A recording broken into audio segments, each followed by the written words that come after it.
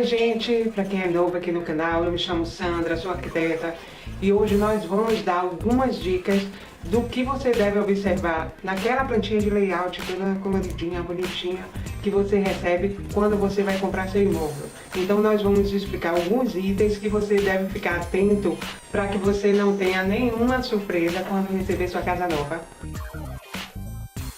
Bem, gente, a primeira dica que eu falo é sobre a importância de você querer entender aquela plantinha colorida que se chama de layout. Não tem muito segredo, encare aquilo como uma casinha de boneca que você tirou as paredes. Então você tem que ficar atento, olhar qual a distribuição que foi feita em cada ambiente. Depende disso, muita coisa da avaliação que você vai fazer, tá certo? Então, muito importante, não tem segredo nenhum, é só ter alguém que já conheça sobre planta, você pede para ela ensinar, dá tranquilo para você entender de uma forma bem simples. A segunda dica é sobre banheiros. O que você deve ficar atento referente a banheiros? A posição do vaso em relação à bancada e o espaço que foi deixado para o vaso. Aqui, antes de eu passar para mostrar a vocês a parte de banheiro, eu queria que vocês primeiro entendessem os tipos de cubas que existem. Essa daqui são chamadas cubas de embutir. Por que embutir? Porque elas ficam coladas por baixo da bancada. Elas ficam embutidas aqui, toda coladinha por baixo. Isso aqui é um mármore bege, perceba aqui, ó, tá bem nítido que a cuba tá colada por baixo. Aqui outro, com a bancada branca, a cuba tá colada por baixo. Então, essa daqui se chama cuba de embutir. Essa daqui é uma cuba de apoio. Ela é apoiada sobre a bancada. Ela é diferente dessa. Essa bancada aqui, para conseguir botar essa cuba de embutir, ela tem que ter no mínimo 50 centímetros. Essas cubas de apoio aqui, para você colocar ela, isso aqui pode variar de 40 a 50, a depender do modelo dessa cuba de apoio. Agora, a cuba que atualmente está sendo muito utilizada, porque nós conseguimos diminuir bastante aqui a largura da bancada, é a cuba de semi-encaixe. Eu, particularmente, uso muito essa. Semi-encaixe aqui, ó, perceba que ela está semi-encaixada na bancada, tem uma parte dela que está para fora. Então, ela se chama cuba de semi-encaixe. No início ela estava mais cara, hoje o preço dela já está bem razoável. Então nós utilizamos demais, inclusive prédios têm especificações padrões já entregando com esse tipo de cuba, porque ela ajuda muito a gente ganhar mais espaço dentro do banheiro. Então você precisa entender a diferença dessas para eu poder explicar a vocês o que eu vou mostrar agora, o que vocês devem observar na planta do banheiro, certo? Aqui, só para vocês avaliarem. Toda vez que vocês verem um vaso em frente a uma bancada, isso é muito arriscado. Porque depende muito do formato da cuba para saber qual a distância que vai sobrar entre o vaso e a bancada. Porque a passagem, olha, a passagem para tomar banho é por aqui, ó, certo? Aqui é a área de banho, então sempre vai ter um fluxo intenso aqui quando for tomar banho. Então, um vaso simples, sem muita coisa rebuscada, ele tem 65,5, vamos considerar 66. 1 centímetro de afastamento entre o vaso e a parede, que normalmente não é isso, é 1,5, 2 centímetros, mas vamos considerar 1.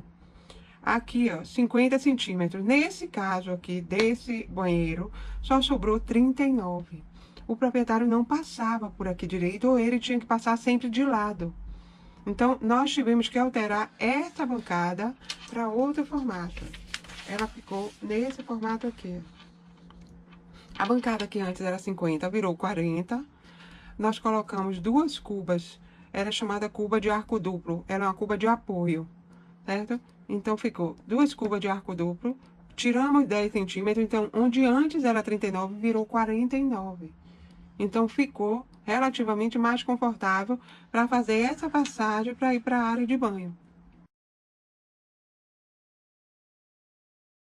Outra coisa que acontece também, que eu encontro demais, esse problema em alguns apartamentos que chegam para eu avaliar. Essa medida daqui, ó, que nesse caso aqui tá com 70, eu fiz esse estudozinho para vocês terem ideia. Eu já peguei isso aqui com 65, 65. Então, o cliente, já aconteceu do meu cliente, não dá. Quando ele sentava no vaso, o braço dele batia aqui e no vidro do box. nós tivemos que chamar o marmorista para fazer um corte para isso aqui ficar um pouco mais confortável, porque nós não podíamos mexer no vaso, não tinha como deslocar o vaso. Então, a única medida, a única coisa paliativa que nós encontramos aqui foi diminuir um pouco a bancada, para isso ficar um pouco mais confortável. Então, esse tipo de coisa vocês podem também conferir na hora que eles derem a medida do ambiente. A terceira dica é sobre cozinha. Você deve ficar muito atento à disposição dos eletros dentro da cozinha. Aqui, veja essa planta baixa aqui, ó. Isso aqui é a geladeira, aqui é o fogão, a pia, aqui ficou a máquina de lavar roupa, isso aqui é um shaft e aqui é o tanque.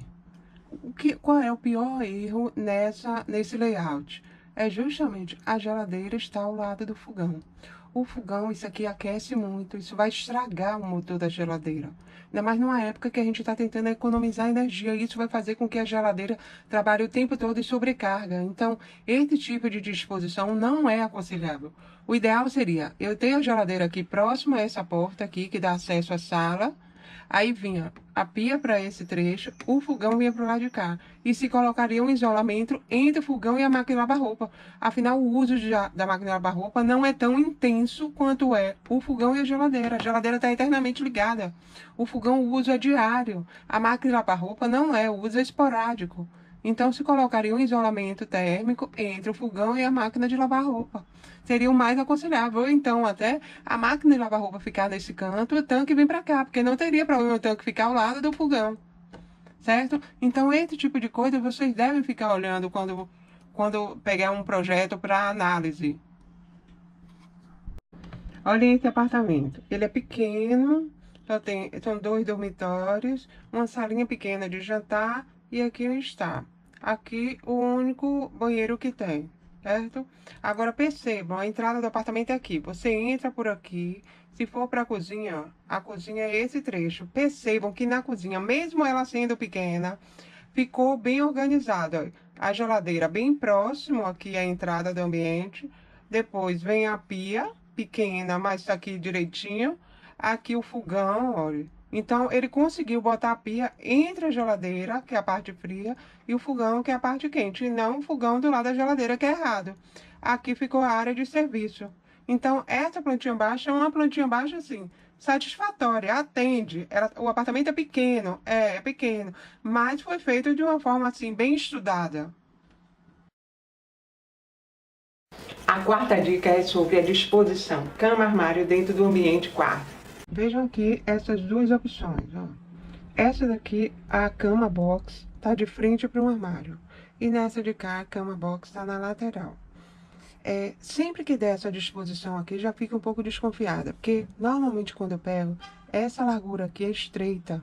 Eu tô com um apartamento agora que coloquei uma cama box de 1,88 aqui.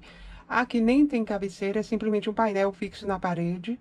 Aqui um armário de porta de correr, que foi o que a gente conseguiu para ficar mais estreito. Porta de correr não, me perdoe. Com porta de abrir. A porta de abrir aqui, nós conversamos com a marcenaria, ele disse que conseguia que ela ficasse final com 56, 57 centímetros. Aqui só sobrou 37 centímetros. Então, quem fosse passar por aqui, tinha que passar de lado. Não tem como uma pessoa passar de frente por 37 centímetros, não dá. Então, e normalmente quando tem esse tipo de layout, é bom você fazer uma conta. Você pega qual é essa largura, diminui a sua cama, a cama que você está acostumado a ter, para ter como comparativo, e diminui aqui. Se for um armário de porta de abrir, você pode considerar 57 centímetros. Se for porta de correr, um armário bem simples mesmo, você pode considerar ele com 60 a 62. Certo? Porque normalmente os armários que a gente faz é tudo 65, mas vamos considerar a pior hipótese, 60, certo?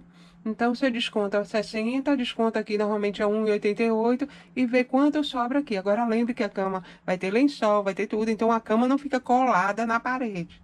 É o que eu sempre falo. Então, aqui no do meu cliente só sobrava 35. Então, não foi possível fazer esse layout. Já essa de cá, ó, é um pouco melhor. A entrada do quarto é por aqui, ó. Você entra por essa porta.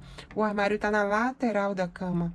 Então, você tem essa parte mais larga e essa parte que você queira um pouquinho mais larga. Isso vai depender de você. Nesse caso aqui, você pode ter com isso aqui com 50, 60 e deixar a parte mais larga aqui. Então, a pessoa que dorme desse lado entra confortável por aqui e a outra de cá também entra. Não fica essa parte estreita aqui no meio do caminho. Então, eu prefiro, sinceramente, esse layout aqui mais do que esse que o armário está na frente da cama. Sempre isso é problema. A quinta dica é sobre o posicionamento do imóvel em relação ao norte geográfico, ou seja, você olhar se seu apartamento vai estar no poente, se seu apartamento está na direção dos ventos predominantes da região. Esse exemplo que eu mostro aí, vocês percebem bem. O vento desse apartamento, que é o apartamento J3, que vocês podem acompanhar no diário de obra, toda a ventilação predominante dele é entrando na varanda, entrando na sala.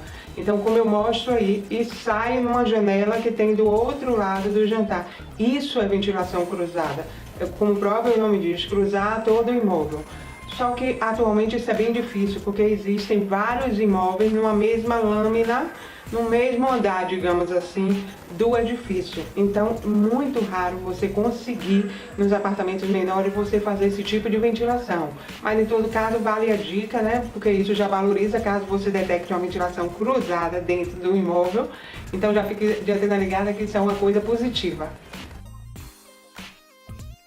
Bem, gente, resumindo, o que é importante? A primeira dica, você deve e precisa entender do layoutzinho que é mostrado quando você vai fazer a compra, certo? Não tem nenhum bicho de sete cabeças, você consegue entender sim. A segunda dica é sobre os banheiros, para você verificar a posição do vaso em relação à bancada e qual o espaço que foi deixado para o vaso e também dê uma olhada no box, né? Já pensou o box ser tão apertado que você não consegue nem tomar banho direito? A terceira dica é sobre a cozinha, você verificar se ele está com o layout de uma forma assim mais ordenada, a pia entre a área fria e a área quente. Eu já falei isso sobre 7 dicas de cozinha, como você planejar a sua cozinha. Então você, se quiser se entender melhor, você pode ir lá nesse vídeo, tá aí em cima aqui da tela, certo? A quarta dica é sobre a disposição do armário e cama dentro de um quarto. E a quinta dica é você ficar de antena ligada sobre a posição do imóvel em relação a sol e ventilação, tá certo? Bem, gente, por hoje é só. Espero que vocês tenham gostado. Se vocês gostaram, deixe seu like, se inscreve no canal. Não esquece de se inscrever no canal, tá certo? Se quiser, tiver alguma dúvida, algum comentário, manda aí pra gente que eu respondo numa boa, tá certo? Beijão e até a próxima!